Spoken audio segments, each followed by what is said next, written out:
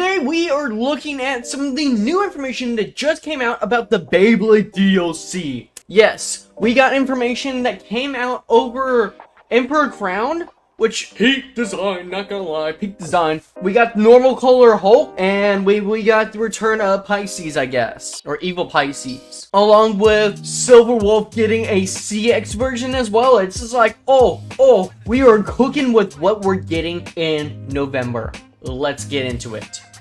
So, that was not supposed to be shown. So, looking into this, we have our first overall look at Emperor Crown, aka Waffle Crown, okay? Emperor Crown is basically a motif of what I think of Emperor Fornius. That's what I'm thinking over here. Could be complete, well, no, not Emperor Fornius. I don't know. I mean, Emperor Fornius, Emperor Crown, but the crown motif being completely something else. It could be Emperor Fornius inspired, potentially no. It could be inspired by Emperor Fornius. It really could. But I will say the highlight of it, I love the black coat on it. I'm happy that we're getting more coat layers, making it a lot more, accessible, a lot more cool. Kind of throwing in a bit more of that burst era of coloration on in. However, if this bay could be really good, it could also be dog shit, okay? I'm not too keen on how this looks right now. The shaping looks alright. It looks like it's gonna be lightweight, not gonna lie. But we got a bit of look at what the weighting's going to be, so we'll see. I mean, looking at just the layer alone, I love this golden design. The golden design looks fabulous. Okay, let me tell you, it looks so freaking good right now. I love the black. I love these little indents, making it quote-unquote truly a waffle Beyblade. We got also what it comes with. We get a green golem and a blue gill shark. We'll get into that later in the video. But we're looking at its total weighting. Now, this could either be the weighting of just the layer itself with the assist and chip, making it at 45. But at the same time, how it's angled right now makes me think that it has its Ratchet on it, which its Ratchet is a bit fusion Ratchet over here. I think it's kind of just how it's sitting. It's sitting more at that angle slope instead of flat, so that makes me think that it's all put together, and it's coming at 45 grams, which makes probably this layer pretty damn light, considering the fact that we have metal on the assist blade and a metal core, in which the core is actually different from Valkyrie Bolt, making it very unique. So as we see, there's slight differences in how these two cores look.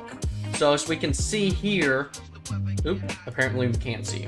As we can see here, the core with Crown, we see indents very clearly right here. You can see indents on the side, making it more hollow, and this big as hexagon that is also hollowed out. Hexagon, octagon. We see this octagon cutout, which is very different from what we see with Valkyrie Bolt, where it has the circle, still some weight in that circle, and the outsides of this being filled in. It looks like we're still going to get our metal chip, but it's going to be much lighter than what we get, maybe by a gram or two than what we get with Valkyrie, which, it's nice that we're still getting it. It just doesn't look like it's going to be as heavy like we get with Valkyrie Bolt. And also, here's the inside. You can see very small in there for the metal, nothing else. A bit of a difference between the two if we can get a split editor. Also, future me, frying pan to people that aren't subscribed. But if we look at the weighting here, 45, again, I'm thinking that we got assist blade, we got ratchet bit, and the core, obviously, all put together, coming at 45. I mean, it looks like it does not look flat on the deal. And there could be something else underneath it, but I'm thinking it's stock combo, coming at 45. Kind of a disappointment from what we see with stock combo of Pegasus Blast coming in at 52 grams instead for its total weighting, which is a very similar build to this and how in terms of what we get with a bit ratchet fusion and then a heavy layer, not even including the core being metal and the fact that the assist blade is also partially metal. So seeing that weight difference it's not a good thing in my opinion, at least not competitively. I think the waffle layer is going to be very cool, but I think it's also probably pretty thin, not going to lie, from what we're seeing with images here. I think it's just going to be a very thin layer in general, probably something on like the thinness of Gil Shark, something like that. Otherwise, it'd probably be in the 50 range if it was thicker like Pegasus Blast. That's just my 2 cents on that. Again, very hyped, though, that we're getting in a metal Ratchet, and it's not like it's a full metal Ratchet, and I've always wanted this in general. I've said this since the very start of CX, that I wish we got assist blades that had metal variants to them. Like, I wish we got a 1 in 72 chance of pulling a metal version of Slash. Now, Slash being fully metal? No, I don't think that would have overboarded CX for sure, but at least partially meta, and we're finally getting something like that here with Emperor Crown, or Crown Emperor, however you say it. Crown Emperor, Emperor Crown, I'm still used to. I don't know which way to say it, but I know it's that. So, as we can see in November, it does say this will be our deck set. 500 yen, whatever that's going to convert on over to USD wise. Probably going to be around $50, $60. And then CX10, we'll get into that here in a bit. But very nice, and this, honestly, I love this because it kind of gives this World Spriggan kind of vibe from Burst. So I'll take it for sure. Not much metal, interesting shaping. It's like if World Spriggan and Jaggy had a child. We got this for, you know, the assist blade, which, again, not complaining whatsoever. And you know what might be interesting is the fact that we get the locking mechanism right here. I wonder if the metal is going to play any part in this for how it locks on in. It might be a little tighter, not gonna lie. It might sit a little snug in there.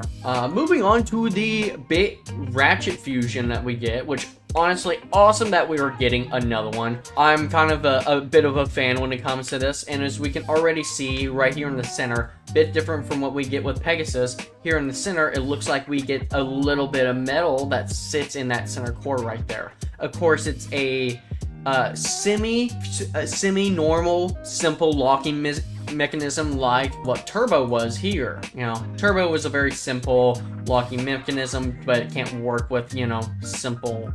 It's semi-simple, okay? It's that weird middle ground. Either way, we see like some metal right here. I don't know how much weight that would actually add. So the fact that it's semi-simple, its burst resistance is going to be alright. It's not going to be great. At the end of the day, it's not going to be great, so looking at how it might be competitive-wise for its actual gimmick, might be a good thing, might be a bad thing, I don't know. But it's a lot like Extend from Burst. A lot of people, including myself, thought it was going to be closer to Dimension, but looking at a video, it is literally, it's not Dimension, it is Extend from Burst. Which, honestly, I'll take it, I wonder if we'll get an evolution part like Extend Plus did, but I'm not expecting anything. But we can see between these two images right here, we can see when it's in attack mode and when it's in stamina mode. So in attack mode, it sits higher up, allowing for more of a flat bit. I don't know if the white sticks slightly up above it or if it's just completely flat. If it's completely flat, awesome. If it's not, oh well. I gotta do something real quick.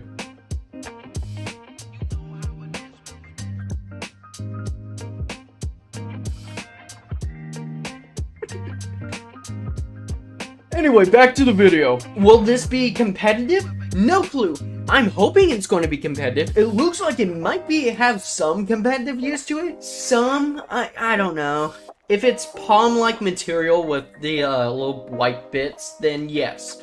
I see maybe some competitive value. I'd say maybe it'll be like a thick version of Wedge with some palm material. I'm hoping that it's not completely flat and has a bit of a round nub to it. That's what I'm hoping for. So if it has a real round nub, it could be good, but I don't see this being like a total dominant threat for CX or in the current meta even. I don't see it. I would say maybe as a more of a fun build kind of thing. You're trying to really adapt to what your opponent is running. So if they're running more stamina, it might be better to run that, or you know, if you want to break through their defense line, you put in an attack, or if you want to be the defense, you put in stamina mode. Whatever. I'm happy that we're getting more bit Ratchet fusions. I just think personally they're really cool. There's a lot of cool things coming with Emperor Crown, a completely new and different metal chip. We're getting metal on assist blades, and we're getting a new Ratchet bit fusion part. and it's like extend, so I'm happy with it. It's waiting, not the best, but you know, it's how it is, and this will be our deck set. Moving on, we have our booster though for November, as we see here. We have our November booster. Comes out early in November for both of these, so that's a good thing within the next month. Make sure you use, if you're ordering off of Toys or Beys Bricks, you know, make sure you use my codes, guys. It'll save you money. But as we can see, we have our CX version of Silverwolf called Wolf Hunt F060 Disc Ball. And honestly, the only disappointment that we're getting here is Disc Ball, and even then we get a white version. They really are pushing Disc Ball. We should have gotten free Disc Ball. I'm gonna be completely honest. We should have gotten free Disc Ball. I know we're getting a new height for Zero, which is, you know, I'll take it, 60 height. We've wanted it for a while. Now is Zero gonna be seen a lot more in the meta? Maybe, but you also gotta look that Zero does have those bottoms like Wall from Burst, so you're gonna see a bit more scrape. We might see 060 be meta. It might just be too short and cause too much scrape. But Disc Ball, I think it should have been free Disc Ball. You know, nobody's gonna use Disc Ball. Just put it on free Disc Ball. Why not?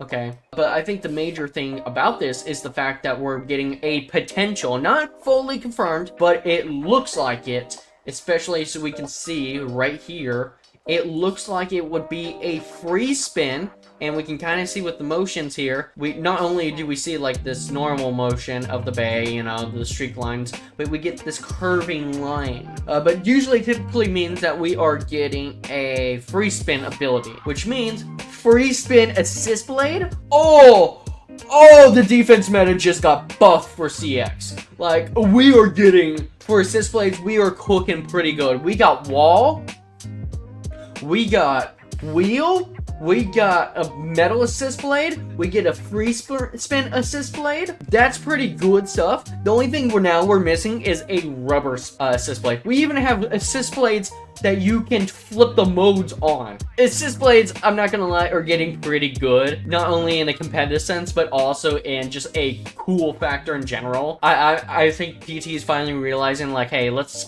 just move on from the very simple and kind of meh assist blades, and let's actually get some cool stuff here, okay? So definitely banger of a assist blade, especially if it is free spin, because CX base, they stand about a millimeter taller, whatever. You go from if it sits on a normal 60 height, it sits at a 70 height, which means if a BX or UX is right here, the plastic is actually right here and the metal's right here. The only way to match that would be to put it on a 70 height Ratchet. Hi. People, subscribe for the cat. Subscribe. So that's where the height difference is. So sitting on a normal 60, the layers are going to be hitting the free spin instead. And compared to something like Cobalt Dragoon, well, there we go, because that's great. We don't have to deal with the fact that, just like in the burst meta, which I got all the way on over here, and was the like one of the top counters at the time before Nightmare Longinus came out. It was like one of the top counters to beat Drain Fafnir, which was a rubber spin seal.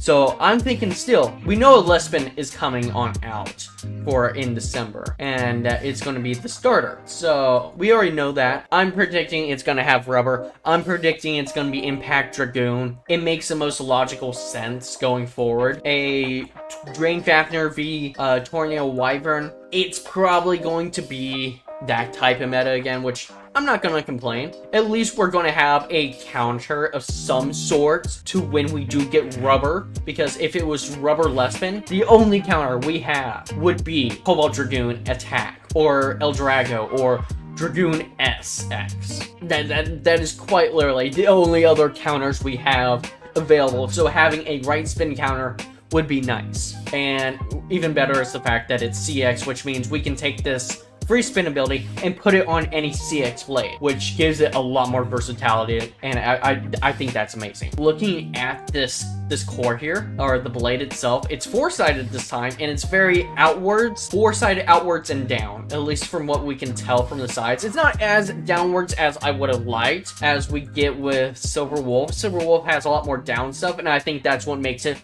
really good for its defensive properties, and why it's probably one of only I mean, some people use Night Mail, but they use it for more counter defense. Silverwolf is that pure defense type, alright? That it just tanks attacks. It's not used for counter hits. It's not used for anything. It's just pure defense.